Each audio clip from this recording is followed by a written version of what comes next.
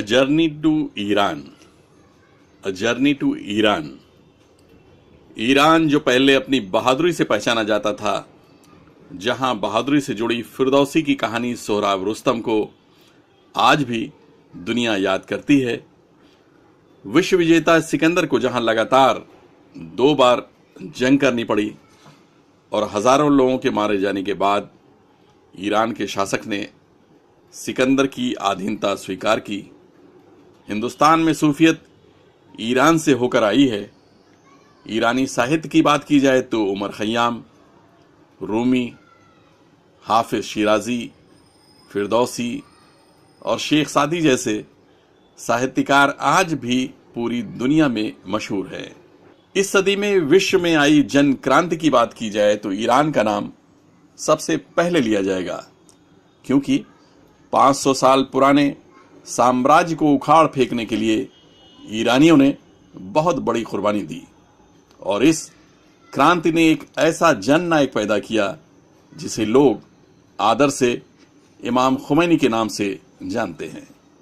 क्रांति के फौरन बाद विश्व की बड़ी शक्तियों द्वारा ईरान पर 8 साल की जंग थोप दी गई, जिसमें 15 लाख से ज्यादा जवान मारे गए और देश की आर्थिक स्थिति जर्जर सी हो गई। इमाम खुमैनी ने मुसलमानों के अंतिम पैगंबर मोहम्मद साहब की शान में गुस्ताखी करने वाले लेखक सलमान रुश्दी को मौत की सजा सुना दी। उनके इस फैसले से एक बार फिर ईरान पूरे विश्व से अलग थलग पड़ गया। ईरान के अन्य देशों से रिश्ते थोड़ा सामान्य हो रहे थे कि परमाणु संपन्न देश का ढिंढोरा पीटकर अमेरिका ने एक साजिश के तहत उसके ऊपर कई तरह के आर्थिक प्रतिबंध लगा दिए थे, जो अब धीरे धीरे हटाए जा रहे हैं। उस देश में चल रही इन सारी उथल पुथल के बाद भी हमारे देश से उसके संबंध जैसे पहले थे वैसे ही आज भी हैं। इस बात का जिक्र प्रधानमंत्री नरेंद्र मोदी ने अपनी ईरान यात्रा के दौरान किया है। अमेरिका से टकराव की खबर की वजह से ईरान हमेशा चर्चा में बना रहता है। इजराइल के मुकाबले फिलिस्तीन का साथ देने की वजह से भी ईरान को यूरोपीय देशों की नाराजगी मोल लेनी पड़ती है। 3 जून को इमाम खुमैनी की 27वीं पुण्यतिथि के मौके पर तेहरान में एक विशाल जनसभा का आयोजन किया गया, जिसमें ईरान के आध्यात्मिक प्रमुख आयतुल्ला खामनेई ने देश के नेताओं को अमेरिकी साजिश से होशियार रहने की सलाह दी। इस अवसर पर उन्होंने भारतीय नीतियों की खुलकर सराहना भी की। ईरान के बारे में आमतौर से लोगों को सिक्के के सिर्फ एक पहलू की जानकारी है, लेकिन बहुत कम लोगों को मालूम है कि ईरान एक खूबसूरत देशों में से एक है। तेहरान इस देश की राजधानी है।